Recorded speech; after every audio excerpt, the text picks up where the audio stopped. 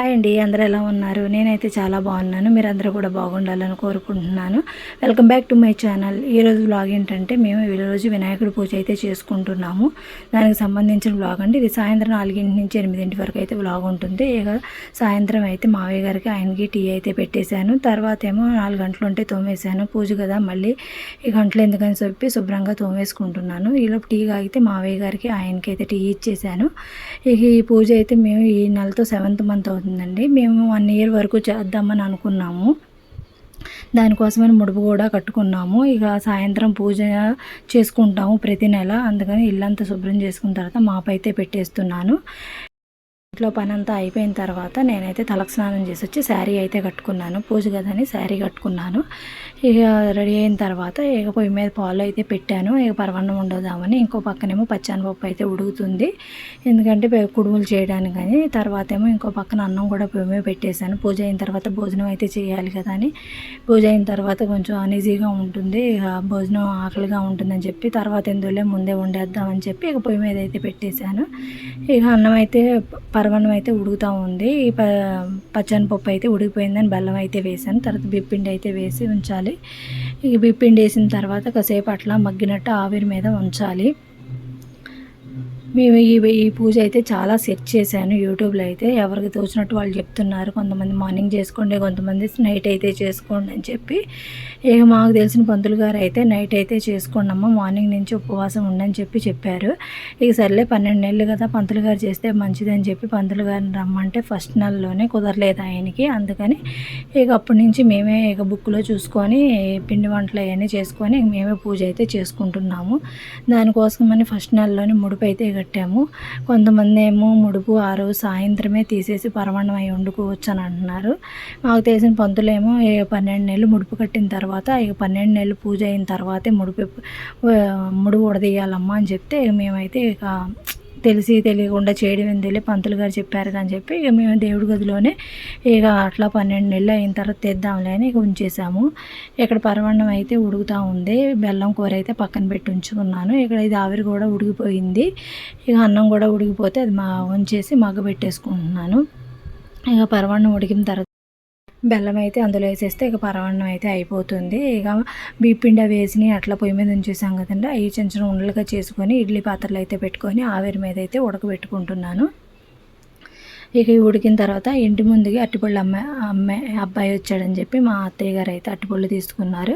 అవి హస్తాలుగా కోయటం అయితే నాకు రావట్లేదని చెప్పి అత్తయ్య గారే కోసారు. అవి చూస్తే కొన్ని చిన్నగా ఉన్నాయి, కొన్ని పచ్చిగాను పండినట్టు అట్లా ఉన్నాయి. ఇక కట్ చేసి అట్లా పెట్టాను. ఇక మా అత్తయ్య గారి కింద పువ్వులు అయితే ఉన్నాయని చెప్పి ఆ పువ్వులు తీస్తే అవి అయితే కొన్ని మాలలు కడుతున్నాను. అమ్మ ఫోటోకి అయితే, వినాయకుడి ఫోటోకి వేయటాన్ని. కానీ మా అమ్మాయినేమో మామిడాకులు పెట్టమంటే ఇక నా మొహం చూస్తూ ఉంది, ఎట్లా పెట్టాలి ఏంటి అని చెప్పి.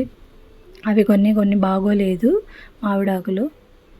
ఇక అదంతా మాల కట్టేసిన తర్వాత అది ఫోటోకి పెడతానికి చూస్తే ఆ ఫోటోకి ఈ మాల సరిపోలేదు, చిన్నగా ఉంది.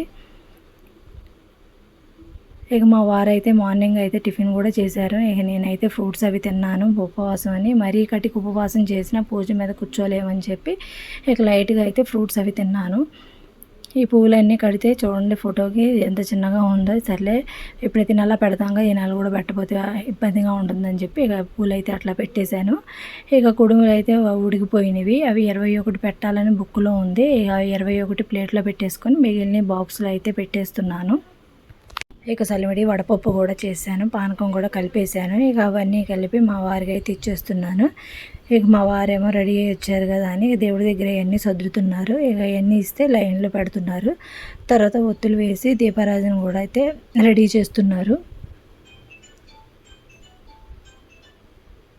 ఇక అన్నీ రెడీ చేసేలోపు నేనైతే గరికైతే శుభ్రం చేస్తున్నాను.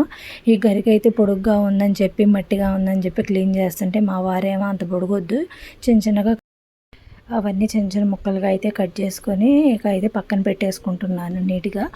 ఇక ఇవన్నీ అయిన తర్వాత పూజ మీద కూర్చుందామని చెప్పి ఇక అన్నీ రెడీ చేశాను కదా అని పూజ దగ్గర అయితే కూర్చున్నాను. ఇక తీర్థమన్నీ తీసుకొని దీపారాధన అయితే చేస్తున్నాను. ఇక మా వారేమో అష్టోత్తరాలు చదువుతున్నప్పుడు ఇక గరిక అవన్నీ ఉంటాయి కదా, అవన్నీ ఒక్కొక్కటి వేస్తున్నారు. ఇక కథ అవన్నీ చదువుకున్నాను ప్రశాంతంగా. అష్టోత్తరాలు, గణేశుడి స్తోత్రాలు ఇవన్నీ చదువుకొని పూజ అయితే ప్రశాంతంగా కంప్లీట్ అయితే చేసుకున్నాను. ఇక ముడుపు కూడా అమ్మ వినాయకుడి ఫోటో ముందు అయితే పెట్టి పూజ అయితే చేసుకుంటున్నాము. ఇక ముడుపు చెప్పాను కదండి, 12 నెలలు అయిన తర్వాత ముడుపు అయితే తీయడం జరుగుతుంది. మేము అనుకున్న కోరిక నెరవేరాలని, మేము ఏమనుకొని పూజ అయితే చేస్తున్నామో అవన్నీ నెరవేరాలని మేము మనస్ఫూర్తిగా దండం పెట్టుకుంటున్నాము. పూజ అంతా అయిన తర్వాత మా వారేమో సాష్టాంగ నమస్కారం చేస్తున్నారు. నేనేమో మోకాళ్ళ మీద అయితే నమస్కారం చేసుకున్న తర్వాత చంద్రుడికి అయితే ఇట్లా నీళ్ళు వదలాలని చెప్పి పుస్తకంలో ఉంటే ఇట్లా చంద్రుడికి అయితే నీళ్ళు అవన్నీ వదిలిన తర్వాత ఇక ప్రసాదం అవన్నీ తీసుకుని ఇక భోజనానికి కూర్చుంటే మా అమ్మాయి కూడా నేను ఇస్తరాకులోనే తింటానంటే ఇక మా అమ్మాయికి పెట్టి మేము కూడా భోజనం అయితే చేసాము. ఇక ఈ వీడియోకి ఇంతేనండి. ఈ వీడియో కనుక మీకు నచ్చినట్టయితే లైక్ చేయండి, కామెంట్ చేయండి అండ్ సబ్స్క్రైబ్ చేసుకోండి. Thank you.